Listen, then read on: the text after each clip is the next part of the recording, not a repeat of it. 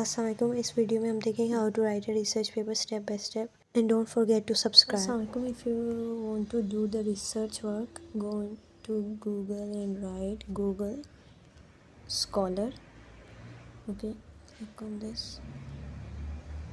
Articles आपको यहाँ पे मिल जाएंगे। फॉर एग्जांपल आप डिप्रेशन पे करना चाहते हैं, ओके, और आप यहाँ पे ये राइट कॉर्नर पे देखें ईयर मेंशन है, इस पर क्लिक करें। मतलब 2019 से ऑनवर्ड्स आप देखना चाह रहे हैं लेटेस्ट आर्टिकल्स, तो इस पर क्लिक करें। तो ये देखें सारे आ गए। 2022 का भी आया हुआ है, ठीक है, जो रीसेंट हुई हुई है रिसर्च। ये भी 2022 का है, मतलब इस पर काफ़ी काम हो रहा है। तो आप इसमें से क्लिक कर लें, इसे रीड कर सकते हैं। साइटेड 99, ये जो स्टार के साथ लिखा हुआ है ना, ये होता है कि कितना हाई इसे रेट किया गया। सबसे ज़्यादा नंबर जिसका होगा,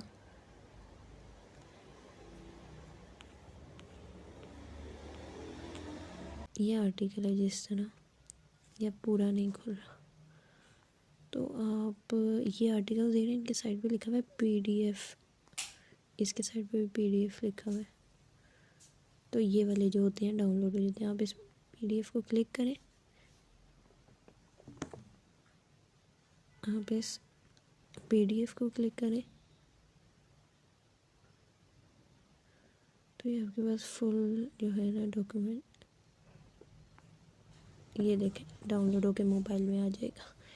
इस तरह आप रिसर्च पेपर्स डाउनलोड कर सकते हैं।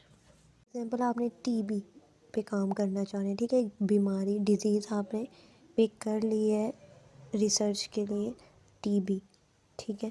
तो आप इसका गूगल पे जाके सर्च करें एज अ फार्मासिस्ट आप टीबी रिसर्च में क्या रोल प्ले कर सकते हैं।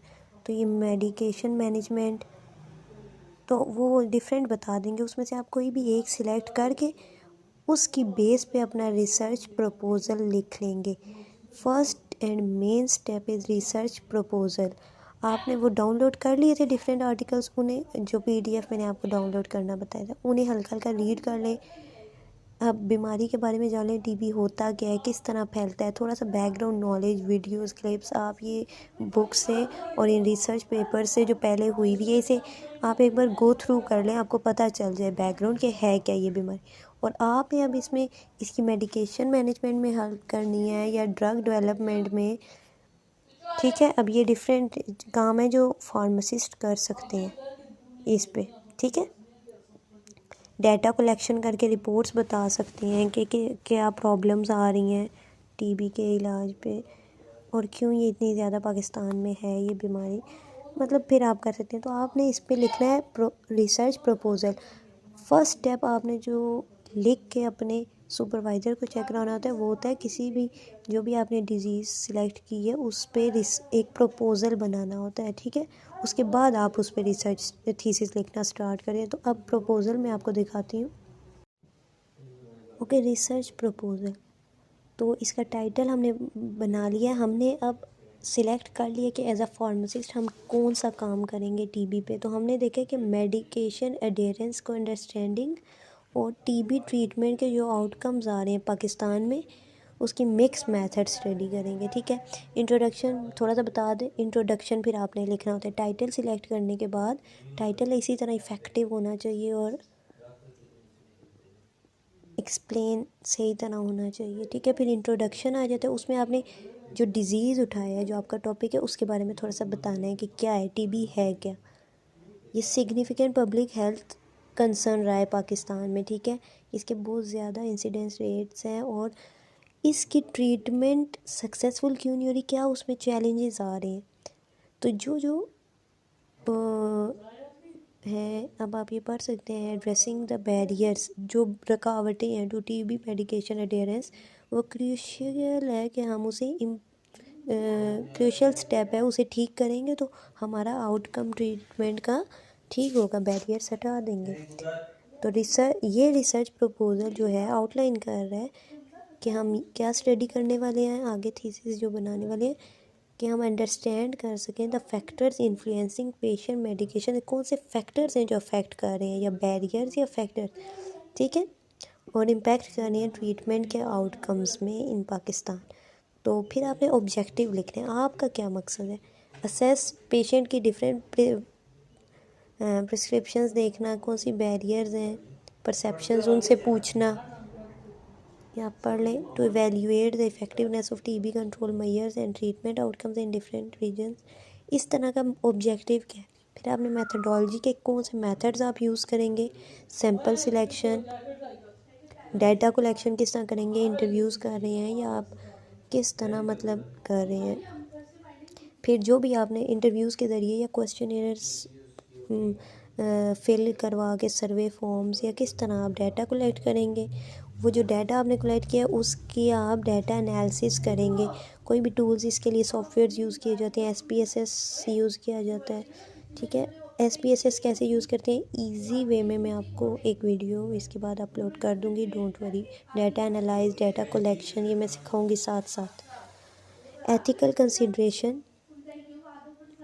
अच्छा इस सर्वे पार्टिसिपेंट्स और ये सब भी हमें अप्रूव करवाना पड़ता है। एथिकल अप्रूवल्स, और जिनसे सर्वे परफॉर्म करें उनका इजाज़तनामा, कंसेंट भी हमें लेना होता है।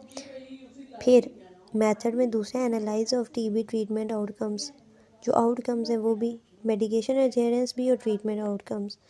एक्सपेक्टेड रिज़ल्ट्स हमारे क्या होंगे, कि क्या हमारा एक्सपेक्टेड रिज़ल्ट है कि हमें पता चल जाए कि कौन से फैक्टर्स हैं जो कि इन्फ्लुएंस कर रही हैं medication adherence among TB patients,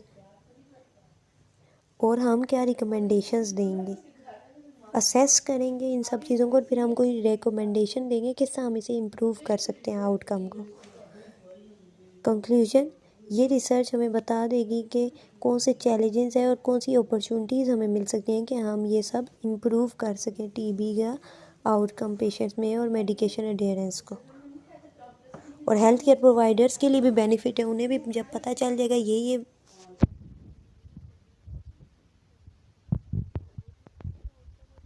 ज़्यादा क्लिनिकल्स ये सब मिल के काम करते हैं, ठीक है। बजट और रिसोर्सेज क्या क्या लगती हैं हमें बताना पड़ता है, लेकिन जैसा रिसर्च असिस्टेंट्स और इंटरव्यूअर्स, ठीक है, ये हमारे पास लोग होने चाहिए। डाटा कलेक्शन और एनालिसिस करने के लिए सॉफ्टवेयर जो चाहिए होते हैं वो हमारे पास होने चाहिए, ठीक है। और हमें डिफरेंट हॉस्पिटल्स में जाके टीबी के पेशेंट्स की फाइल्स रिपोर्ट्स चेक करके डाटा कलेक्ट करना होगा, अपने फॉर्म्स फिल करने होंगे, या टीबी के पेशेंट्स हमें ज़रूरत है, टीबी के पेशेंट ज़रूरत है, और उनसे इंटरव्यू लेना है, और एथिकल वे में उनका से इजाज़तनामा ले के कि हम आपका इंटरव्यू कर लें, तो वो अगर देना चाहें तो उनसे लेना है। तो ये हमारी ज़रूरत है, रिसोर्सेज ये हमारे पास होनी चाहिए। और जो हम वहाँ पे ट्रैवल करके डिफरेंट हॉस्पिटल्स में जाएंगे, हमारा वो सब भी एक्सपेंस आ जाएगा, ठीक है। और प्रिंटिंग एंड में जो हमारा पूरा रिसर्च होता है उसको हम लोग एक फ़ाइल में प्रिंट कराते हैं, वो एक्सपेंस आएगा। और फिर आप टाइमलाइन बता दें कि हम लोग सबसे पहले रिसर्च टॉपिक सिलेक्ट करना और प्रपोज़ल बनाना, 2 महीने में ये काम करना है। एथिकल अप्रूवल और परमिशंस वगैरह लेना, क्वेश्चंस जो हमने बनाए हैं और क्या हम इंटरव्यू कर लें, इसकी भी अप्रूवल करानी पड़ती है, उसमें भी बजट लगता है, एक्सपेंस होता है। और इसमें हमें 3 महीने, या आप पूछ के अपने सुपरवाइज़र से रख सकते हैं टाइम। डाटा कलेक्शन और एनालिसिस के लिए आपको कितने महीने चाहिए, 9 महीने।